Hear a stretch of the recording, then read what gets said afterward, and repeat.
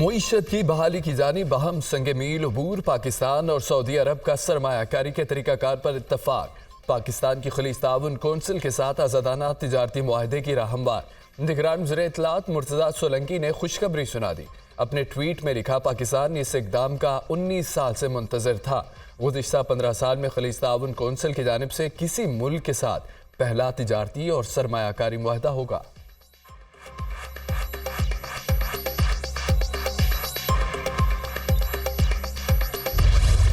اسرائیل کا ظلم جاری، نہتے فلسطینیوں پر دن رات بمباری۔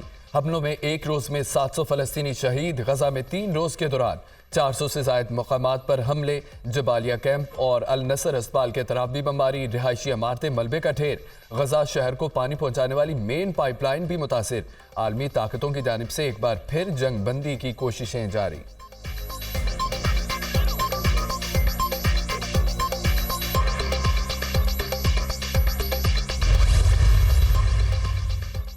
حوثی باغیوں کا بحیرہ احمر میں 2 اسرائیلی بحری جہازوں پر حملے کا دعویٰ۔ ایک بحری جہاز کو نیول میزائل جبکہ دوسرے کو نیول ڈرون سے نشانہ بنایا گیا۔ غزہ میں بربریت کی داستان رقم کرنے والے اسرائیل کے بحری جہازوں کا بحیرہ احمر میں قبرستان بنا دیں گے۔ حوثی فوج کے ترجمان یحییٰ ساریہ کی دھمکی۔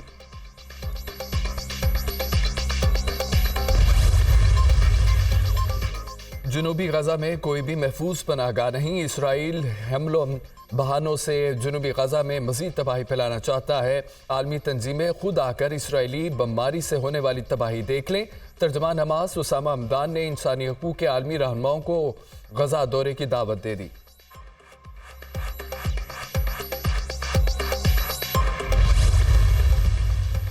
غزہ کی بگڑتی ہوئی صورتحال، فرانسیسی صدر جنگ بندی میں معاونت کے لیے قطر پہنچ گئے۔ ایمانوئل میکرون کی قطری امیر شیخ تمیم بن احمد الثانی سے ملاقات۔ دونوں رہنماؤں کا غزہ میں بڑھتی ہوئی کشیدگی پر اظہار تشویش، جنگ بندی پر زور۔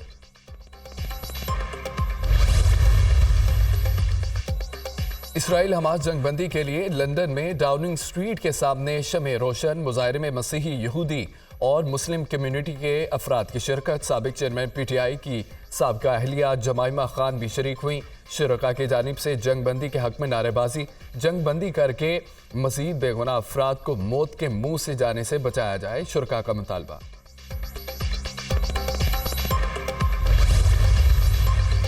فلسطینیوں پر اسرائیلی جارحیت نہ رکی تو یہ آگ پورے خطے کو لپیٹ میں لے لے گی۔ جنگ کو پھیلنے سے روکنے کے لیے اسرائیل کو حملے بند کرنا ہوں گے۔ مسئلہ فلسطین کے حوالے سے 2 ریاستی حل پر یقین رکھتے ہیں۔ موسمیاتی تبدیلی سے نپٹنا عالمی سطح پر بہت بڑا چیلنج ہے۔ پاکستان کوپ 28 میں $30 ارب کے فنڈ کا خیر مقدم کرتا ہے۔ فنڈ کی بدولت موسمیاتی تبدیلی سے نپٹنے میں مدد ملے گی۔ بھارت مقبوضہ کشمیر میں انسانی حقوق کی سنگین خلاف ورزیاں کر رہا ہے۔ غیر قانونی تارکین وطن کے خلاف قانون کے مطابق کارروائی ہوگی۔ افغان مہاجرین کے حوالے سے آئین اور قانون کے مطابق حل نکالا جائے گا۔ نگران وزیر اعظم انوار الحق کاکڑ کا اسکائی نیوز ال عربیہ کو انٹرویو۔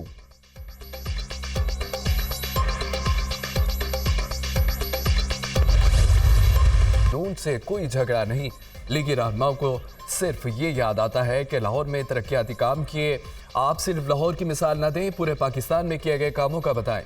ملک نعروں، سیاست اور شوبازی سے ترقی نہیں کرتا۔ تھر میں کوئلہ نکالنے کا کریڈٹ مسلم لیگ نون کو نہیں، پیپلز پارٹی کو جاتا ہے۔ بینظیر بھٹو نے ملک کو میزائل سسٹم دیا، سی پیک آصف زرداری کا ویژن تھا۔ ہماری پارٹی نے صوبے کو صحت کی بہترین سہولیات دیں۔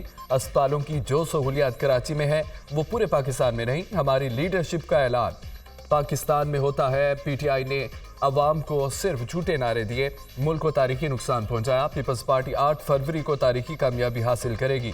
شرجیل میمن کی پریس کانفرنس۔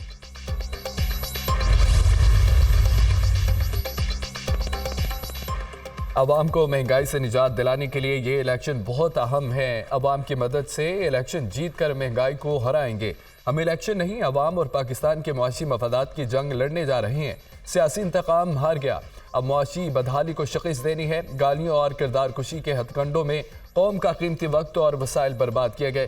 ہمارے خلاف شروع کیے گئے سیاسی انتقام کا نشانہ یہ ملک بن گیا۔ 4 سالہ تباہی کا سیاہ دور نہ آتا تو معاشی بدحالی سے بچ جاتے۔ سیاسی استحکام سے معیشت اور عوام کے مسائل حل ہوں گے۔ صدر نون لیگ شہباز شریف کی پارٹی رہنماؤں اور سابق ارکان قومی و صوبائی اسمبلی کی ملاقاتوں میں گفتگو۔ بشیر میمن کو سندھ کلچر ڈے کی مبارکباد دی۔ ایم کیو ایم سے ہونے والی بات چیت پر بھی مشاورت۔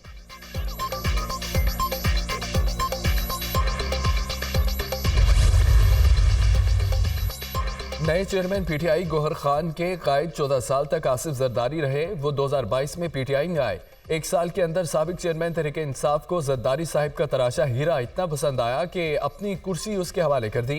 اپنے پرانے ساتھیوں کو کوڑا کرکٹ کر دیا۔ اپنی غیر حاضری میں وہ اپنے پرانے ساتھیوں پر اعتماد کرنے کو تیار نہیں۔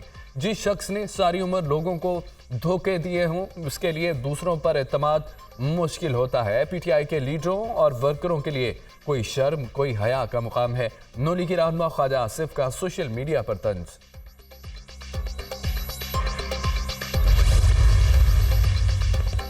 مسلم لیگ نون کی آئندہ الیکشن کی تیاریاں۔ خواجہ سعد رفیع کی سربراہی میں لاہور سے پارٹی ٹکٹ لینے کے لیے امیدواروں کے انٹرویوز۔ جن ساتھیوں نے لمبی جدوجہد کی ان کی خدمات کو فراموش نہیں کیا جا سکتا۔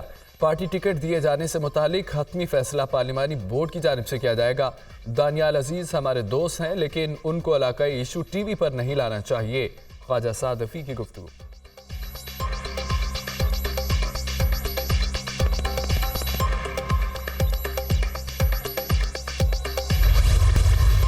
ہم نے سیاست کی ہے، دینی و مذہبی رویوں کو برقرار رکھا ہے۔ ہم نے ان رویوں کو اپنایا جس میں فرقہ واریت کی گنجائش نہیں۔ ہمیں اختلافات میں نرمی کو فروغ دینا ہے، شدت کو نہیں۔ جمعیت علماء اسلام ایک سیاسی قوت ہے۔ اسلام کے خلاف کوئی فتنہ کھڑا ہوتا ہے تو مقابلہ کرنا ہمارے فرائض میں شامل ہے۔ جے یو آئی سربراہ مولانا فضل الرحمان کی نیوز کانفرنس۔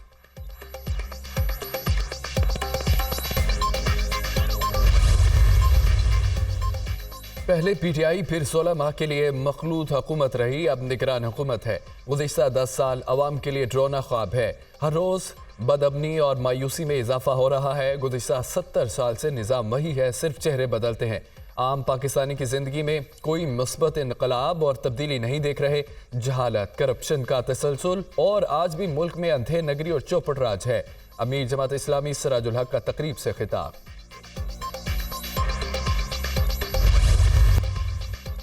9 مئی کو توڑ پھوڑ کرنے کا الزام جوڈیشل مجسٹریٹ مردان نے اسد کیسر کو جیل بھجوا دیا۔ عدالت نے سابق اسپیکر قومی اسمبلی کے ریمانڈ کی سزا مسترد کر دی۔ اسد کیسر کو ضمانت کے بعد رہائی پر گزشتہ روز 4 سدا میں درج مقدمے میں دوبارہ گرفتار کیا گیا تھا۔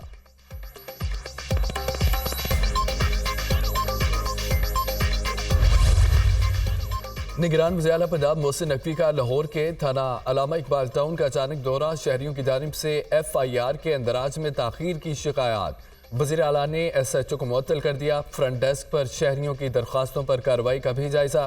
حوالات میں بند ملزمان سے ان کی کیسز کے بارے میں پوچھا اور ڈرائیونگ لائسنس نہ ہونے پر حوالات میں بند نوجوانوں کو قانونی کارروائی پوری کرنے کے بعد رہا کرنے کا حکم۔